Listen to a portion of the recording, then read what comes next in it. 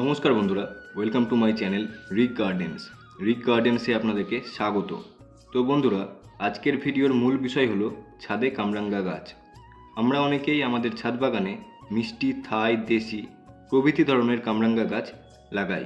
তো আমরা যারা ছাদ বাগানে এই ধরনের কামরাঙ্গা গাছ লাগিয়ে থাকি তারাই একমাত্র জানি যে ছাদে কামরাঙ্গা গাছ করা কতটা কষ্টকর। তাই আজকের আমার এই ছোট্ট ভিডিওতে আমি আপনাদের জন্য মাত্র 2টি টিপস দিব যারা ছাদে কামরাঙ্গা গাছ করছেন বা করতে চাইছেন কিন্তু করতে পারছেন না, একমাত্র তাদের জন্য। তো বন্ধুরা, পুরো ভিডিওটি মন দিয়ে দেখুন এবং স্কিপ না করে দেখুন। আশা করছি ভিডিওটি আপনাদের অনেক হেল্পফুল হবে। First tips, Sunlight. আপনারা যারা কামরাঙ্গা গাছ বাড়িতে লাগিয়েছেন তাদের উদ্দেশ্যে আমি বলতে চাই যে আপনারা কামরাঙ্গা গাছটিকে এমন একটি জায়গায় রাখবার চেষ্টা করবেন যেখানে সূর্যের আলোর তীব্রতা খুব একটা বেশি পরিমাণে আসতে পারে না, অর্থাৎ একটু সেমিশেড জাতীয় রাখবার চেষ্টা করবেন।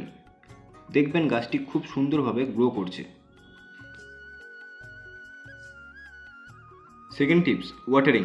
যাদের বাড়িতে অলরেডি কামরাঙ্গা গাছ আছে তারা হয়তো নিশ্চয়ই জানেন সেফ ওয়াটারিং কামরাঙ্গা গাছের জন্য কতটা গুরুত্বপূর্ণ একটি বিষয়। অবশ্যই খেয়াল রাখতে হবে যে গাছের গোড়ায় যেন অতিরিক্ত জল না জমে, কারণ কামরাঙ্গা গাছ খুব একটা বেশি জল পছন্দ করে না।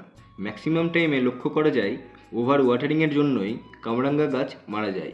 তো আপনারা চেষ্টা করবেন আপনাদের গাছটিকে একটু কম জল প্রয়োগ করার। তো আশা করছি বন্ধুরা ভিডিওটি আপনাদের ভালো লেগেছে এবং কিছুটা হলেও ভিডিওটি আপনাদের হেল্প করবে।